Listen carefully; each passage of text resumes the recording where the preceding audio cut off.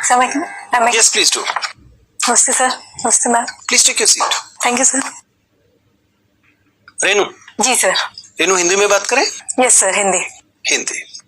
तो रेनू, बिना अपने नाम को दोहराए, अपनी जाति या अपने समुदाय का कोई उल्लेख किए बिना अपना परिचय दीजिए।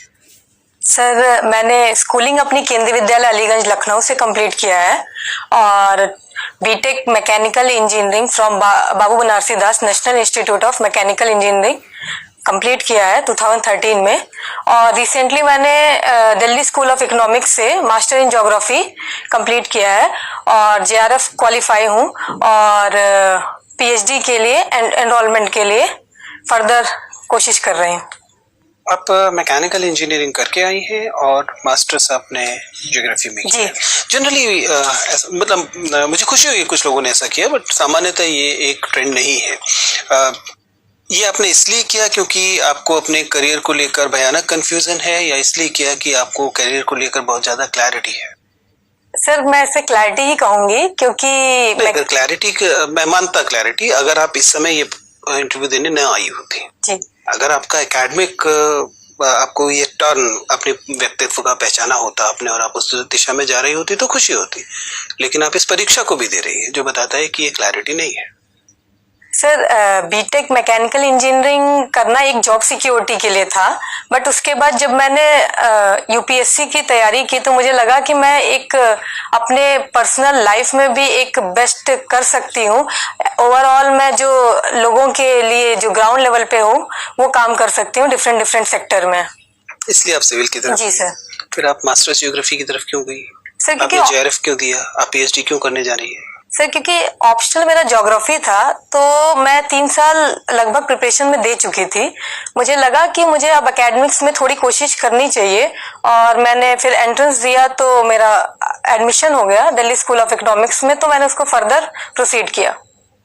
मुझे बताइए कि आपने तो थोड़ा बहुत इंजीनियरिंग की है तो वहां पर भी आपको सर्वेइंग करनी पड़ी होगी। जी सर, बिल्कुल। आपने मास्टर्स किया है, उस दौरान भी आपको सर्वेइंग करनी पड़ी होगी। क्या डिफरेंस होता है जब हम कार्टोग्राफी के लिए चेनिंग रेंजिंग या सर्वेइंग करते हैं ज्योग्राफी में, और जब हम इंजीनियरिंग के लिए सर्वेइंग करते हैं?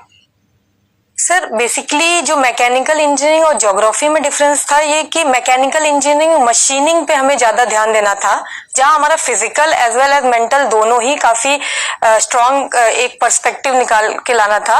वहीं यहाँ कार्टोग्राफी में हम कंप्यूटर डिजाइनिंग और कंप्यूटर रिलेटेड डेटा कलेक्शन और जो डेजर्टेशन में बात करें तो लोगों से रिसर्च के थ्रू हम काफी इंटरेक्ट करते हैं, तो ये दो डिफरेंट था। वहाँ मशीन में था और यहाँ पे हमारा लोगों के बीच में इंटरेक्शन था। आपने विषय रखे हैं भूगोल और डिफेंस। जी सर। Defence studies. मुझे बताइए, what is the concept of total war? संपूर्ण युद्ध क्या है? सर, वॉर को दो भागों में डिवाइड किया गया है। One is limited war and other is total war. किसने दिया कॉन्सेप्ट? सर, क्लॉजविट ने कहा था। ये क्लॉजविट ने के according limited war and total war. Limited war तब होती है जब हम केवल सर्टेन रिसोर्सेज यूज करते हैं, जिसमें केवल आर्मी हो, नेवी हो और हमारे रिसोर्सेज जो हो वो यूज होते थे। लेकिन टोटल वॉर में हम कहते हैं कि एक पिन जो रिसोर्स हो वो भी यूज कर दे, जिसमें हमारा साइकोलॉजिकल हो, ह्यूमन हो, मिनरल्स हो, ओवरऑल रिसोर्सेज जो है हम यूज करते हैं total war. As a women, जब आप युद्ध के बारे में पढ़ रही हो तो मुझे बताइए कि is it true, they are feminist writers who have written all around the world कि युद्ध हमेशा स्त्री विरोधी होता है? किसी भी पक्ष से युद्ध हो रहा हो उसकी कीमत अक्सर स्त्री की देह पर या स्त्रियों को चुकानी पड़ती है। Do you agree as women that no matter what the purpose is, but war will always be anti women? Sir, जहां तक मैंने अभी तक देखा है या एक्सपीरियंस किया है और पढ़ा है, इससे मुझे ये पता चलता है कि वुमेन ने भी काफी पार्टिसिपेशन किया है वॉर में। वुमेन के लिए एंटी तो हम नहीं कहेंगे वॉर, क्योंकि there is no war recorded which has not resulted in rapes of women, of exploitation of women and use of women in so many ways. Sir, ये कहा जाता है कि वुमेन वल्नरेबल होती हैं वॉर के टाइम पे, बट अदर साइड देखा जाए तो जो वुमेन है उनकी सर्विसेज जो मेडिकल हो, आइदर वो खाना बनाना हो या बैक साइड जो हम कहते हैं कि जो पीछे से सपोर्ट करती हैं, वो बेसिकली वुमेन ही करती हैं और उनका फुल सपोर्ट होता है war. Give me a few facts. CM Yogi Adityanath की कॉन्स्टिट्यूंसी कौन सी है? सर गोरखपुर। विधानसभा कॉन्स्टिट्यूंसी गोरखपुर है। गोरखपुर एक लोकसभा कॉन्स्टिट्यूंसी है। ओके सर, अभी तक तो गोरखपुर पता है मुझे। कितनी विधान परिषद सीटें हैं उत्तर प्रदेश में? Sir sorry, Vidhan Parishad is council. हाँ, legislative council. Council is 404। Okay, और विधानसभा? सॉरी, लेजिस्लेटिव असेंबली इज 404 और council is not sure sir. Not sure. मुझे बताइए कि राज्यसभा में कितने सदस्य उत्तर प्रदेश से आते हैं? 31 सर। और उत्तर प्रदेश की विमेन हेल्पलाइन का नंबर क्या है? 1091। और सीएम हेल्पलाइन का नंबर क्या है? नॉट, नो सॉरी सर, नहीं पता। चाइल्ड हेल्पलाइन का नंबर क्या है? नहीं पता। उत्तर प्रदेश में एम्बुलेंस का नंबर क्या है? 112। उत्तर प्रदेश में फायर का नंबर क्या है? Fire brigade. 101। Thank you. Mechanical engineering किया है आपने? जी सर। ये MPFI इंजन क्या होता है भाई? Sorry sir? MPFI engine, MPFI engine. ऐसा कुछ पढ़ा था? यस सर, ये एक इंजेक्शन, पेट्रोल या डीजल के इंजेक्शन का मेथड है। क्लियर नहीं है अभी मुझे। क्लियर नहीं। हाँ। लैटिट्यूड को डिफाइन कीजिए। सर लैटिट्यूड, सर ये एक इमेजिनरी और आर्टिफिशियल हम लाइन कह सकते हैं जो कि ग्लोब पे बना हुआ है, और ये हमारा हॉरिजेंटल को रिप्रेजेंट करता है। आपने पोस्ट ग्रेजुएशन किया है? जी सर। रिसर्च स्कॉलर हैं, JRF हैं, थोड़ा और टेक्निकल वे में बताइए। Sir it is a imaginary line which is drawn on the globe और अर्थ। कुछ एंगल से इसका रिलेशन है कहीं पे? ये एंगुलर कुछ ऐसा रिलेशन है? हाँ। सर लैटिट्यूड जो हमारा इक्वेटर पे है वहां पे मैक्सिमम होता है, जब धीरे धीरे नीचे जाते हैं। चलिए, अच्छा प्राइमरी और सेकेंडरी वेव के बारे में बताइए। Primary and secondary wave. तो प्राइमरी वेव, सेकेंडरी वेव दोनों अर्थक्वेक के सेस्मिक वेव्स से हम कंसीडर करते हैं। नेचर में कैसे डिफरेंट है, बस ये बताइए। सर प्राइमरी वेव में दो मेन वेव हैं, जिसमें एक हमारा रिले वेव है, दूसरा लव वेव है। सेकेंडरी में हमारा जो है अनुप्रस्थ तरंगे और अनुदैर्ध्य तरंगे होती हैं, सुना आपने? सर हिंदी नहीं पता। ट्रांसवर्स और लॉन्गिट्यूडनल शायद कहते हैं वेव्स। जी, ट्रांसवर्स सर हमारा जो है वो परपेंडिकुलर होता है, लॉन्गिट्यूडनल हमारा। P और S वेव किस टाइप की वेव्स हैं? सर सॉरी, आप तो पूरा एकदम फिजिक्स वगैरह पढ़ा होगा आपने। जी सर, बैकग्राउंड है आपका। अभी रिवाइज नहीं किया। अच्छा, रिलेटिव ह्यूमिडिटी क्या होती है और इसका प्रेसिपिटेशन से क्या रिलेशन है? सर दो काइंड की ह्यूमिडिटी है, जिसमें रिलेटिव एज कंपेयर टू अगर हम एटमॉस्फेयर में देखें तो एक सैचुरेशन लेवल पे आ जाता है, तो वो नॉर्मल एटमॉस्फेयर और फिर आप इधर उधर घुमा रही हैं। अच्छा बताइए, no first use policy change कर देनी चाहिए कि नहीं? पहले हाँ नहीं में जवाब दीजिए, उसके बाद अपने पक्ष में तर्क दीजिए। हमें no first use policy change कर देनी चाहिए। क्यों? क्योंकि सर हम देखें तो वर्ल्ड में दो ही कंट्रीज हैं जो नो फर्स्ट यूज पॉलिसी पे काम कर रहे हैं, एक चाइना और एक India.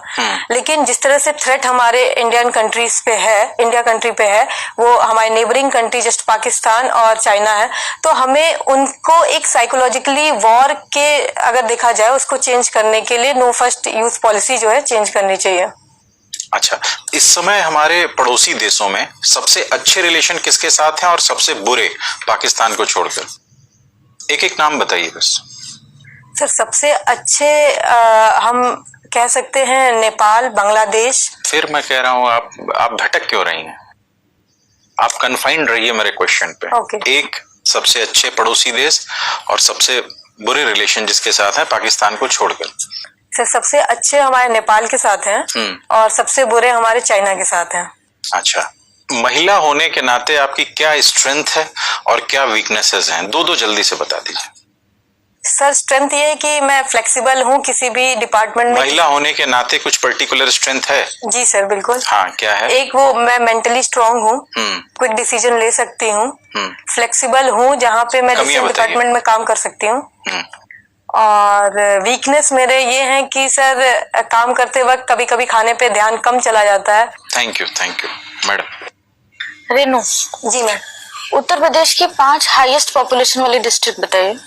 Varanasi, Prayagraj. Highest population है वाराणसी की? मैम क्रोनोलॉजिकल ऑर्डर में बताइए।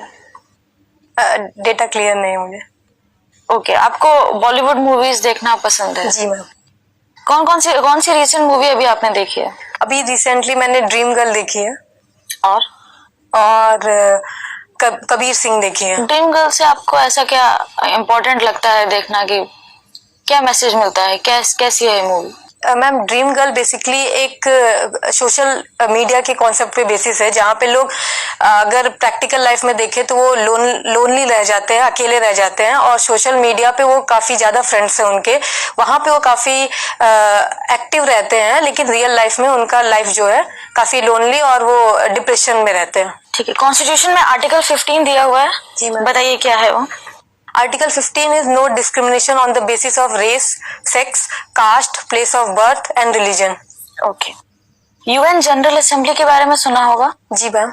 बहुत ही ब्रीफली बताइए उसके बारे में। यूएन जनरल असेंबली अभी रिसेंटली आगे अभी होने वाला है, जो जिसमें क्या है बेसिक से यहाँ पे 197 कंट्रीज जो हैं अपने आप को रिप्रेजेंट करते हैं। ओवरऑल ये ह्यूमन राइट्स और डिफरेंट ट्रेड या डिफरेंट सेक्टर को यहाँ पे आके अपने कंट्रीज को रिप्रेजेंट करते हैं। डिक्लेयर्ड फॉरेनर के बारे में जानती हैं? डिक्लेयर्ड फॉरेनर्स कौन होते हैं? No ma'am, sorry. Greta Thunberg का नाम सुना है? No ma'am. Okay. Recently WHO की सुसाइड रिपोर्ट आई थी, आपने पढ़ी उस बारे में? No ma'am. आप अपना गैस बताइए कि इंडिया में सुसाइड बढ़ रहे हैं, ऐसा क्यों हो रहा है? मैम एक तो मैं कह सकती हूँ डिप्रेशन रीजन है, जहाँ पे और डिप्रेशन होने का रीजन क्या है? डिफरेंट है। अगर स्टूडेंट है वो तो एक अनएम्प्लॉयमेंट रीजन हो सकता है, दूसरा फार्मर्स हैं जिनका लोन वेवियर का इश्यूज है, और वुमेन है उनके लिए भी डिप्रेशन का ही इशू है। वुमेन डिप्रेशन में क्यों जा रही है? एक तो वो जो है हम कह सकते हैं जो डिफरेंट सेक्टर्स में कुछ करना चाह रही हूँ, या जो वो बेसिकली करना चाहती हैं अपने लाइफ में वो नहीं कर रही हैं, तो जिनकी वजह से एक आइसोलेटेड प्लेस हो जाता है, उसके लिए हम कह सकते हैं। क्या हम कह सकते हैं कि साइमल्टेनियस इलेक्शन से अकाउंटेबिलिटी डिक्रीज होती है? नो मैम, ये कहना गलत होगा। ऐसा क्यों?